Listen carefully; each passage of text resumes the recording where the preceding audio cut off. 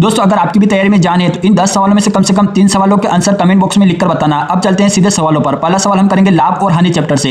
एक दुकानदार किसी वस्तु को 180 रुपए में बेचने पर 10% की हानि उठाता है, तो 10% का लाभ प्राप्त करने के लिए उसे उस वस्तु को किस मूल्य पर बेचना पड़ेगा। अब यहां पर देखना 10% की हानि का मतलब होता है 90%, और इसने क्या बोला है कि 10% का लाभ प्राप्त करने के लिए, तो 10% का लाभ का मतलब होता है 110%। अब यहां पर देखना कि एक दुकानदार ने किसी वस्तु को 180 रुपए में बेचने पर 10% की हानि उठाई है, तो 10% का मतलब होता है 90%। तो ये जो 90% है ये 180 रुपए के बराबर है, तो हम इस 180 में 90 का भाग लगा देंगे, तो 180 बटा 90 कर देंगे। अब इसने क्या पूछा है कि 10% का लाभ प्राप्त करने के लिए उसे किस मूल्य पर बेचना पड़ेगा, तो 10% लाभ का मतलब होता है 110, तो हम यहां पर गुणे में 110 कर देंगे। अब इसको हल कर लेंगे तो यहां पर आएगा 2, और 2 का गुणा हम 110 में करेंगे तो यह आएगा 220, जो ऑप्शन नंबर सी है ना, यही इसका आंसर हो जाएगा। दोस्तों अगला सवाल देखना, अगला सवाल क्या है, समय और कार्य के चैप्टर से। समय और कार्य, यहां पर देखना ए किसी कार्य को 10 दिन में तथा बी उसी कार्य को 15 दिन में पूरा कर सकता है। यदि दोनों मिलकर उस कार्य को करे तो कितने दिन में पूरा करेंगे। दोस्तों मैं आपको एक जादुई तरीका बताता हूं, कुछ नहीं करना। यहां पर देखना ए कितने दिन में कर रहा है, 10 दिन में, और बी कितने दिन में कर रहा है, 15 दिन में, और दोनों मिलकर पूछा है, तो कुछ नहीं करना, इन दोनों को जोड़ दो। इन दोनों को जोड़ेंगे तो 10 प्लस 15 कितने होंगे, यहां पर देखना दोनों को जोड़ दो और दोनों का गुणा करके ऊपर लिख दो। यहां पर देखना दोनों का गुणा करके ऊपर लिख दो, तो दोनों का गुणा करके ऊपर लिख दो और दोनों को जोड़ के नीचे से भाग लगा दो। अब इसको हल कर लो तो यहां ऊपर कितना आ जाएगा 150, और नीचे कितना आ जाएगा 10 और 15 कितने होंगे 25 होंगे। अब इसको हल कर लो तो कितना आएगा, 25 से 150 को काटेंगे तो 6 दिन, यानी ऑप्शन नंबर बी है ना, यही इसका आंसर आ जाएगा। अगला सवाल देखना दोस्तों, तीसरा सवाल क्या है, औसत, एवरेज चैप्टर से। औसत का सवाल है। यहां पर देखना प्रथम 5 अभाज्य संख्याओं प्राइम नंबर्स का औसत क्या है। प्रथम 5 अभाज्य संख्याएं, तो दोस्तों अभाज्य संख्याएं कौन सी होती है, प्राइम नंबर्स कौन से होते हैं। यहां पर देखना मैंने यहां पर 5 प्रथम अभाज्य संख्याएं लिख रखी, 2, 3, 5, 7 और 11, ये प्रथम 5 अभाज्य संख्याएं, और इनका हमें औसत निकालना है। तो औसत कैसे निकालते हैं, इन सबका जोड़ करके जितनी संख्या है ना उसका भाग लगा दो, तो इन सबका जोड़ कर देंगे, इन सबको हम जोड़ देंगे तो कितना आ जाएगा, इन सबको आपस में जोड़ेंगे तो 28 आएगा। और इस 28 में कितनी संख्याएं, 1, 2, 3, 4, 5, क्योंकि इसने 5 अभाज्य संख्या की बोला है, तो हम 5 का भाग लगा देंगे और इसको हल कर लेंगे। तो 5 से 28 को काटेंगे, 5, 5, 25 और 3 बचे, यानी कि दशमलव लगेगा और शून्य, यानी 5, 6 के 30, यानी कि 5.6 ऑप्शन नंबर बी है ना, यही इसका आंसर हो जाएगा। अब दोस्तों यहां पर देखना अगला सवाल चौथा सवाल देखेंगे हम अनुपात समानुपात चैप्टर से। रेशियो एंड प्रोपोर्शन इसने दिया है, यदि ए अनुपात बी बराबर इतना दिया है और बी अनुपात सी इतना दिया है, तो ए अनुपात बी अनुपात सी का मान पूछा है। दोस्तों एक एन मेथड भी होती है, मैं वो नहीं बताऊंगा आपको, मैं सीधा एक सिंपल तरीका बताऊंगा जिससे हर बच्चा इसको आसानी से समझ सके और सीख सके। दोस्तों यहां पर देखना ये क्या दे रखा है, यहाँ पर ए अनुपात बी, तो ए का मान दे रखा है 2 और बी का दे रखा है 3, यहाँ पर बी का मान दे रखा है 4 और सी का मान दे रखा है 5, और हमें ये निकालना है। तो हम सबसे पहले ए अनुपात बी अनुपात सी यानी ए बी सी लिख देंगे। अब यहाँ पर देखना ये फर्स्ट में दे रखा ना, तो इस फर्स्ट में हम मान लिखेंगे ए का कितना दे रखा 2, तो इस ए के नीचे 2 लिख देंगे। बी का कितना दे रखा अनुपात 3 दे रखा है, तो इस बी के नीचे 3 लिख देंगे। अब यह सेकंड में दे रखा है ना, तो हम इस सेकंड वाली लाइन में लिखेंगे। बी का मान कितना दे रखा है, बी का मान दे रखा है 4, तो हम यहाँ पर 4 लिखेंगे। ए का कुछ नहीं है ना, तो हम यहाँ पर कुछ नहीं लिखेंगे, ऐसा बॉक्स बना देंगे। अब यहाँ पर देखना सी का मान कितना दे रखा 5, कितना अनुपात दे रखा 5, तो इस सी के नीचे हम यहाँ पर 5 लिख देंगे। अब यहाँ पर सी में एक बॉक्स यहाँ पर खाली है, यहाँ पर जगह खाली है, यहाँ पर कुछ नहीं तो हम बॉक्स भर देंगे। अब यहाँ पर देखना अब कुछ नहीं करना दोस्तों, यहाँ पर एक लाइन खींच देंगे। अब ये जो बॉक्स खाली है ना, एक बॉक्स ये खाली है और एक बॉक्स ये खाली है, तो हम कुछ नहीं करेंगे। इस बॉक्स को भरने के लिए इसके पड़ोस वाले को उठा के लाएंगे और यहाँ बिठा देंगे। ये बॉक्स खाली है ना,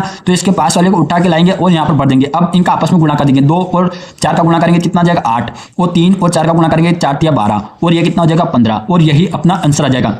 ए अनुपात बी अनुपात सी का मान कितना आ जाएगा 8 अनुपात 12 अनुपात 15। यहाँ पर देखना 8 अनुपात 12 अनुपात 15 ऑप्शन नंबर बी है ना, यही इसका आंसर हो जाएगा। दोस्तों अगला सवाल देखना पांचवा सवाल क्या दे रखा है दोस्तों, यहाँ पर देखना साधारण ब्याज सिंपल इंटरेस्ट साधारण ब्याज का सवाल है। 5,000 रुपए की राशि पर 10% वार्षिक ब्याज की दर से 3 वर्ष का साधारण ब्याज कितना होगा। दोस्तों यहाँ पर देखना 10 वर्ष की ब्याज की दर से 3 वर्ष का पूछा है, तो हम पहले 1 वर्ष का निकालेंगे 5,000 रुपए। कुछ नहीं करना, इस 5,000 का 10% निकाल दो। 5,000 का क्या करना है, सिर्फ 10% निकाल दो। 5,000 का 10% कैसे निकालेंगे, प्रतिशत के चिन्हों को हटाएंगे, नीचे 100 आ जाएगा। ठीक है, अब यहाँ पर देखना 1 शून्य से ये 1 शून्य काट देंगे, 1 शून्य से ये 1 शून्य काट देंगे, कितना आया 500 आया है ना। 5,000 का 10% कितना आया 500 आया, यानी कि ये 1 साल का ब्याज निकल के आ गया। लेकिन इसने कितना पूछा है कि 3 वर्ष का 3 साल का, तो हम इसमें 3 का गुणा कर देंगे, तो ये कितना आ जाएगा 500 गुणा 3 यानी कि 1,500 रुपए। ऑप्शन नंबर सी है ना, यही इसका आंसर हो जाएगा। दोस्तों ये छठा सवाल देखना, छठा सवाल क्या दे रखा है यहाँ पर देखना प्रतिशत चैप्टर से है ना। एक संख्या में पहले 20% की वृद्धि की जाती है, कोई संख्याएं जिसमें पहले 20% की वृद्धि की जाती है और फिर 20% की कमी की जाती है,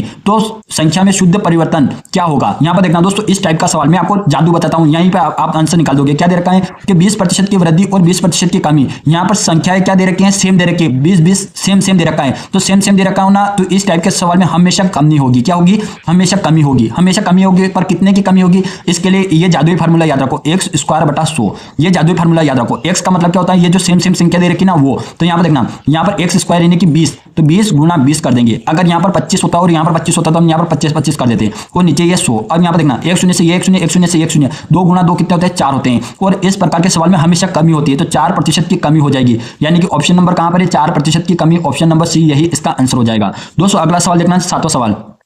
दोस्तों 7वां सवाल क्या दे रखा है कि समय, चाल और दूरी से, स्पीड, टाइम और डिस्टेंस। यहां पर देखना, एक ट्रेन 72 किलोमीटर प्रति घंटे की गति से चल रही है, इसकी गति मीटर प्रति सेकंड में क्या होगी। अब ये तो बिल्कुल बेसिक सवाल है, पर मैं आपको समझा देता हूं। इसने क्या दिया है, किलोमीटर प्रति घंटा से मीटर प्रति सेकंड में बदलना है, यानी कि बड़ी संख्या से किलोमीटर प्रति घंटे से छोटी संख्या यानी कि मीटर प्रति सेकंड में बदलना है। तो इसके लिए आप याद रखना 5/18। अब 5/18 तो बहुत सारे स्टूडेंट को कंफ्यूजन होता है कि 18/5 या 5/18। पहले मैं आपको ये हल करा देता हूं, फिर आपका कंफ्यूजन क्लियर करूंगा। यहां पर देखना, 72 किलोमीटर प्रति घंटे से हमें मीटर प्रति सेकंड में बदलना है, इसलिए 72 में हम 5/18 से गुणा कर देंगे। अब यहां पर देखना, 5/18 से गुणा कर देंगे। अब इसको हल कर लेंगे तो 18 चौक 72 और 4 गुना 5 कितने होते हैं, 5 चौके 20 मीटर प्रति सेकंड। ऑप्शन नंबर बी है ना, यही इसका आंसर हो जाएगा। अब मैं आपको थोड़ा यहां समझा देता हूं।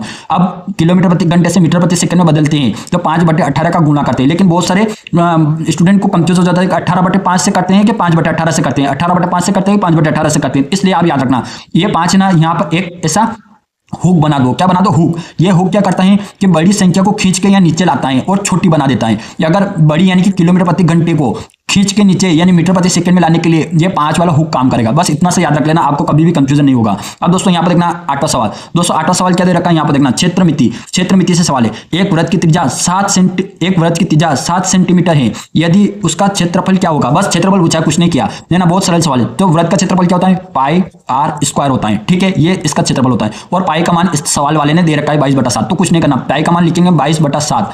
अब आर यानी कि त्रिज्या कितने दे रखी है, 7, तो हम यहाँ पर 7 का स्क्वायर यानी 7 गुना 7 कर देंगे।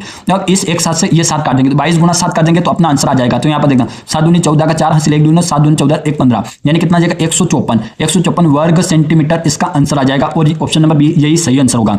दोस्तों यहाँ पर देखना 9वां सवाल क्या दे रखा है दोस्तों। 9वां सवाल देखना, दो संख्याएं संख्या पद्धति से, नंबर सिस्टम से, दो संख्याओं का योग 25 है और उनका अंतर 13 है, तो वे संख्याएं याद कीजिए। तो आप इसको यहाँ पर इससे क्या बोलते हैं, ऑप्शन से भी कर सकते हो, लेकिन मैं आपको थोड़ा एक और तरीका बता देता हूँ। कुछ नहीं करना, अगर इस टाइप का सवाल आए ना तो पहले हम बड़ी संख्या निकालने के लिए दोनों को जोड़ देंगे, है ना, दोनों को जोड़ दो और 2 का भाग लगा दो। यहाँ पर देखना 25 + 13/2 कर देंगे तो कितना आ जाएगा, 25 प्लस ये हो जाएगा 25 और 10 कितने होते हैं, 35 3 38 है ना, 38/2 हो जाएगा। और 38/2 ने हल करेंगे कितना आ जाएगा, 19 आ जाएगा। तो ये तो बड़ी संख्या निकल गई। क्या निकल गई, बड़ी संख्या, है ना, दोनों को जोड़ के 2 का भाग लगाया, बड़ी संख्या। अब छोटी संख्या कैसे निकालेंगे, यहाँ पर देखना 25 - 13 कर दो और बटे 2 का भाग लगा दो, है ना, तो 25 - 13। तो अब यहाँ पर देखना 25 - 13 कितना होता है, यहाँ पर देखना, यानी कि 13 से हम आगे चलेंगे तो 7 और 5 कितने होते हैं, 12/2, यानी कि इसको हल करेंगे तो 6, यानी छोटी संख्या कितनी आ गई, 6 आ गई, यानी कि 19 और 6 ये दोनों संख्या है। तो 19 और 6 कहां पर है, 19 और 6 ये यहाँ पर है। ऑप्शन नंबर सी यही इसका आंसर हो जाएगा। दोस्तों आप इसको इससे ऑप्शन से भी कर सकते थे। दोस्तों ये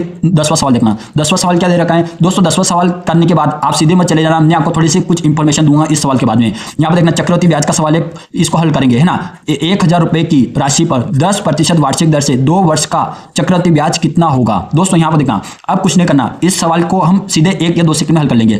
अगर 5% वार्षिक, इसने कितना बोला है, 10% वार्षिक दर से 2 वर्ष का ब्याज बोला है ना। अगर 5% वार्षिक दर से 2 साल का पूछता है तो 10.25% होता है। 10% वार्षिक दर से का 2 साल का कितना होगा, 21%। और 20% वार्षिक दर से 2 साल का कितना होगा, 44%। तो अपना कितना पूछा है इसने, 10% वार्षिक दर से 2 वर्ष का, यानी कि ये वाला 10% का 10% वार्षिक दर से 2 साल का ब्याज कितना हो रहा है, 21%। यहाँ पर देखना 21%। तो कुछ नहीं करना, ये जो दिया ना 1000 रुपए, इस 1000 रुपए का सीधा 21% निकाल दो। 21 और प्रतिशत का चिन्ह हटाएंगे नीचे 100। अब यहाँ पर देखना 2 शून्य से ये 2 शून्य काट देंगे तो और 10 और 21 का गुना कर देंगे, कितना जाएगा, 210।